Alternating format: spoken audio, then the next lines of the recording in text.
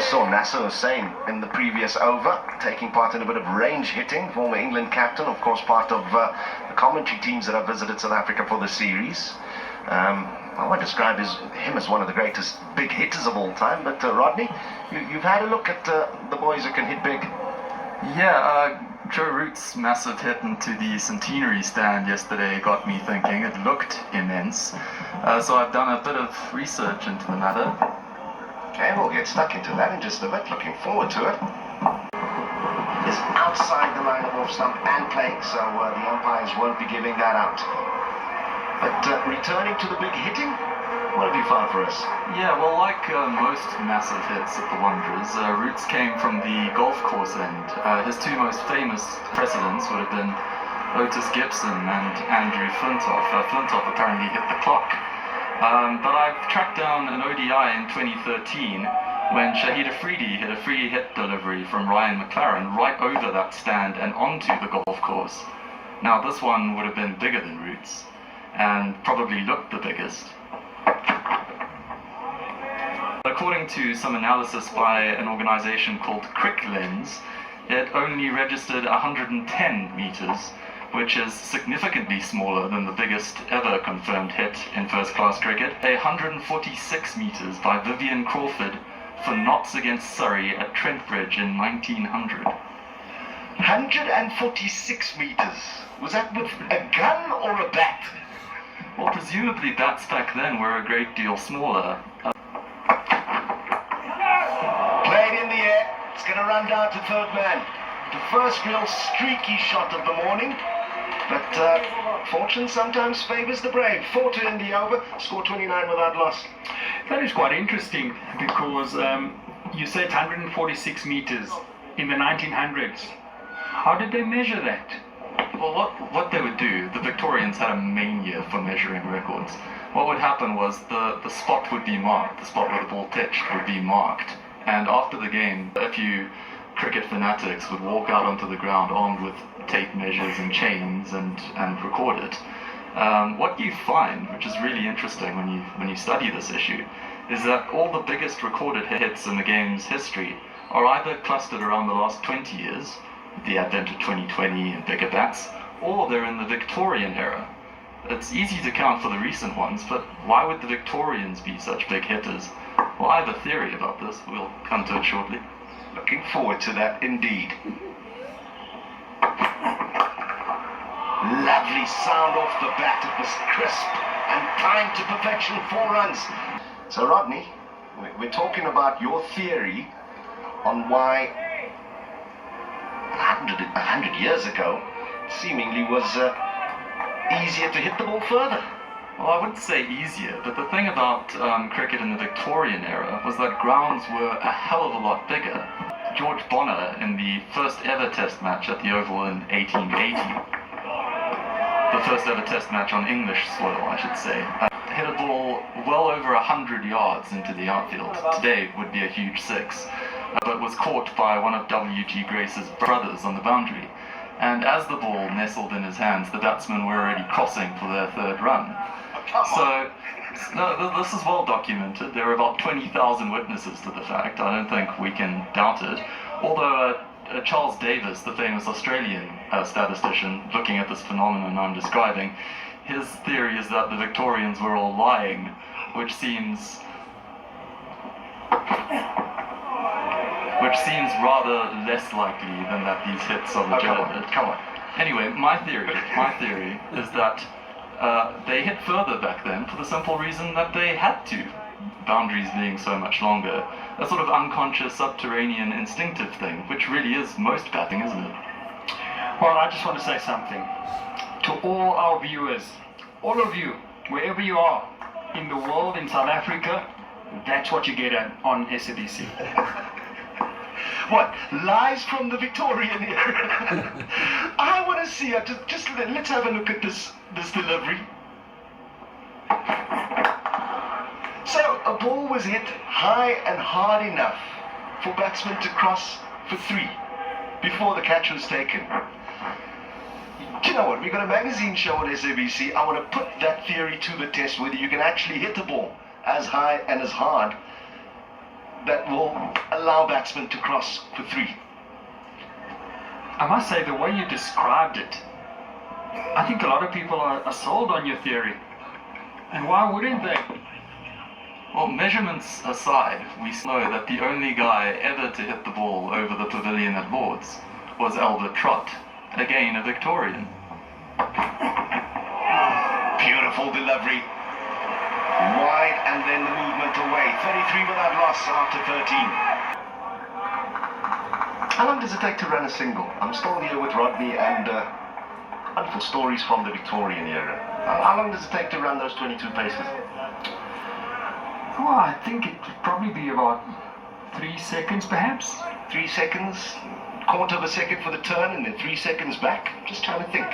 3 runs, we're going to buy that. Let's say 10 seconds to run 3. We're very fortunate to have the account of the fielder who took that catch. His name is Fred Grace, obviously, W.G. Grace's youngest brother, who says that while he was waiting for this thing, he didn't have to move at all. It was straight down his throat. He says his heart stopped within him. And the tragic thing is that his heart stopped for real about a week after that test match. The first test cricketer to die, I believe. Of guilt? Well, he took the catch. Unfortunately, he got a pair in the match. Okay, calling batsmen all over South Africa. If you can hit the ball with 10 seconds of hang time, you get in touch with us. We need to put this theory to the test. Can a ball be hit high and hard enough for batsmen to cross for 3 runs before the catch is taken? Huh? I'm loving this. I think this could happen, because if you see all these big sixes, you look at IPL and everything, balls flying over the roof, etc. Now, let's imagine the field is quite bigger. Then obviously it still hangs for a lot more. Good delivery from Works. So it could work. Depends what field you're going to use. The batsman in question was a guy named George Bonnor, one of the biggest six hitters you've ever seen. Built like a Canadian lumberjack, had the beard and everything. His account of that six was that the trouble was he didn't hit it hard enough, so that he merely tapped it, you know. He had a sister, apparently, who could hit a ball even further. It's been a hallmark of this morning. Good running between the wickets, even with the tightish field on both sides. The South Africans have been able to rotate the strike. They're both on 17, Malala and Algo. 34 without loss. So here's what I'm going to do. While you guys have a bit of a chat, I'm just going to start and to the viewers at home as well. Just imagine the shot being hit, and 10 seconds later, the catch taken, and you tell me who's able to hit it that long and that hard. I'm going to coincide it with the next time the ball hits the bat. I think you must do it now. I'm going to. Just do it quickly. I'm going to wait for the next time the ball hits the bat, and we'll take it from there. Might not be for 6, might not be a big hit, but we'll coincide it with the next time leather hits wood.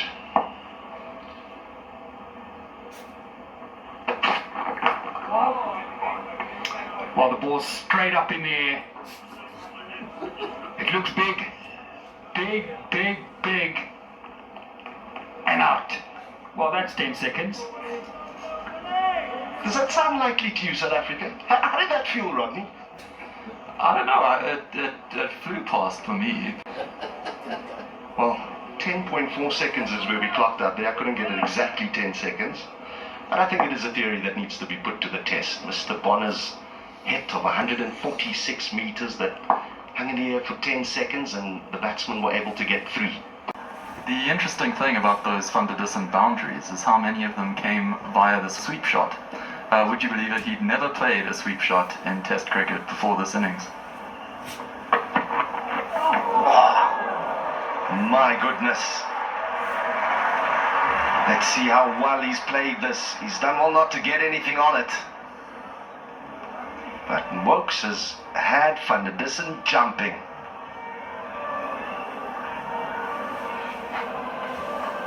Van der Dussen was actually spotted at the back end of the PE test match, watching very closely as Nasser Hussein conducted a masterclass for Sky on playing spin bowling. I can confirm that Nasser spoke very strongly about the sweep there. Possibly he's imbibed those lessons. Tell you what, our colleagues down in PE for that match, Hussein, Willeke Sabo and Justin Croix, they were preaching that gospel throughout that test match where South Africa were bogged down, found scoring difficult. So not a single sweep shot by Rassie van der Dussen until that point. No, none. And this one today, he's played 4 sweep shots, 2 orthodox, 2 reverse, and got 3 boundaries from the 4.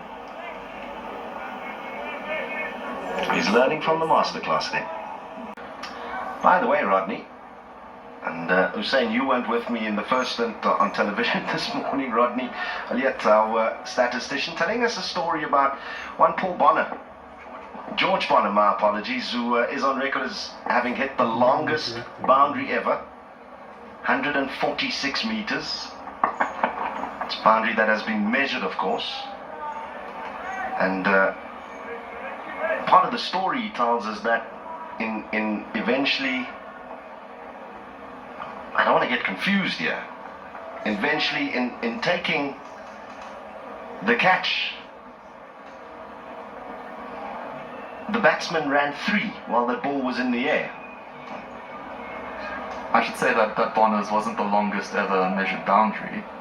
That was registered by Vivian Crawford in 1900. What Bonnor did was hit one really, really high. Oi, how many times has Faf du Plessis been hit on the gloves in his career? With some ice, perhaps some magic spray, but that did look like it took off a good length because he was coming forward and the ball just jumped up, it spat up at him. Yes, and there will be a drinks break, which gives us the opportunity to go back to that story very quickly. So George Bonnor taking, it wasn't the longest boundary hit or recorded, he took a catch, he said. You tell the story, I'm going to mess it up 5 ways from Sunday. It was the first ever test match on English soil. Bonner skied one miles in the air and was crossing for the 3rd run when Fred Grace, WG's short-lived brother, took the catch. You believe that story? On a scale of 1 to 10? I don't know. I mean, running 3 no. That would have had to go They hadn't very, completed very high. the 3rd run. They were just crossing for So the they ran 2 while the ball was in the air. They would have had to go very high. And crossed, looking to get... There are a the 3rd number run. of Witnesses. witnesses to this. It's one of the few stories about George Bonnor we can actually confirm. He related his own career with a bit more creativity than veracity. Please stop there in terms of being able to confirm, because we need to challenge this now. Well, first of all, in terms of that being a credible story, the current cricket ball and the weight that it has, it will relate to how much hang time that ball will have. Back then, the ball was different, obviously. Perhaps a little bit smaller, a little bit lighter. It was a little bit smaller. I don't have the precise dimensions on me now. But it could work both ways. I mean, you're talking about hang time, which makes sense. If it's lighter, it's more difficult to hit further. Am I right? Unless it's got a bit of bounce to it, like maybe it's a bit spongy or bouncy. Then you can hit the it. authorities we have for this are pretty strong. So Fred Gale, one of the most prolific journalists of the 19th century, Lord Harris, the England captain in that game, Fred Grace himself, and George Bonnor. But of course we can't really trust anything George Bonnor says. Well, this is just it. Because if you do a bit of digging into George Bonnor, the man, he does have a penchant for coming up with fantastical stories that have not been observed by other people. Yeah, he claims once to have been out hunting in the outback and singing quietly to himself when suddenly the sky grew black. He thought there was a huge cloud above him. On looking closer at this cloud, however, he discovered that it was thousands upon thousands of birds who were so drawn by the beauty of his voice that they'd flocked over to hear him. All South Africans will say, having heard that story, as I shall go, 118 for 2. That drinks break, or that delay in play because of an injury to Faf du Plessis. He copped one on the hand. A sharp rising delivery from Wokes. She took them off the field. And the play gets underway with Broad bowling to Van der Dussen. Is it possible, I'm just thinking, to do a calculation, Rodney, on how high that ball would have had to go for them to complete 2 runs? Well, Udo was timing it during our first stint. I mean, if you sprint from the time they hit the ball, if you sprint 22 yards and back. Off the pad, Josh Butler does well to stop it. Well, we did our own rudimentary calculations, just by the way. We sort of worked out that in order for the batsman to run 3, it will take around 10 seconds. Right? With the run between... 2 or 3. Three full runs. So... But they were taking the And of course, they would have been only halfway down the pitch So, on that third run. Lob of half a second. Yeah, Lob of half a second. Yeah? So we're looking at about... Oh, my goodness, where did that one come from? So we sort of calculated that in order for those batsmen to have run 2 and a bit, 2 and crossed one another again, you're looking at around about anywhere between 8.5 and 9.5 seconds. So that ball, from the time that it was hit, had to have been hanging in the air for about 8.5 to 9.5 seconds. And that's where I say, I sugar man. I can't resist adding, while we're on the subject of tall hits and tall tails, that Jimmy Sinclair, the great South African slugger of the early 1900s, he once hit a ball out of the Old Wanderers and into a passing train, which finished up in PE, which must make that the longest hit of all time.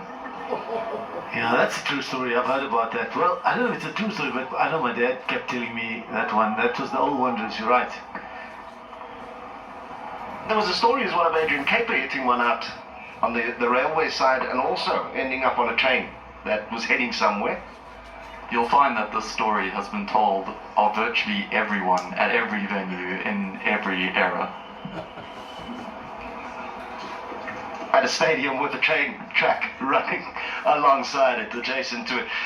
Yeah, tall tales, time for us to end them all. 41 overs bowled, 120 for 2 of South Africa, and it's time for 6 and Mulileki.